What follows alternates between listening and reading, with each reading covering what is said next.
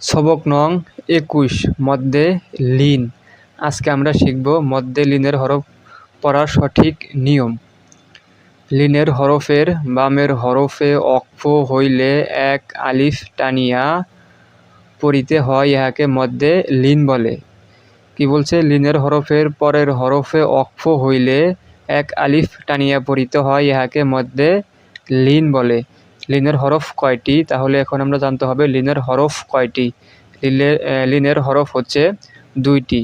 জবরের বামে যজমালা ওয়াও, জবরের বামে যজমালা ইয়া, এই দুটি হচ্ছে লিনের হরফ।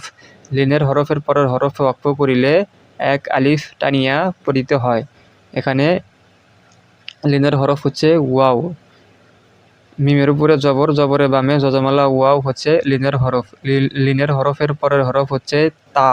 তার নিচে 2 জের, এটা হচ্ছে অক্ফের জায়গা।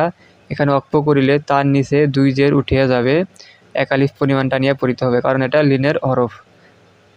মাউত, মাউত, নাওম। তাহলে এখানে জবরের বামে ইয়াটা হচ্ছে লিনের হরফ।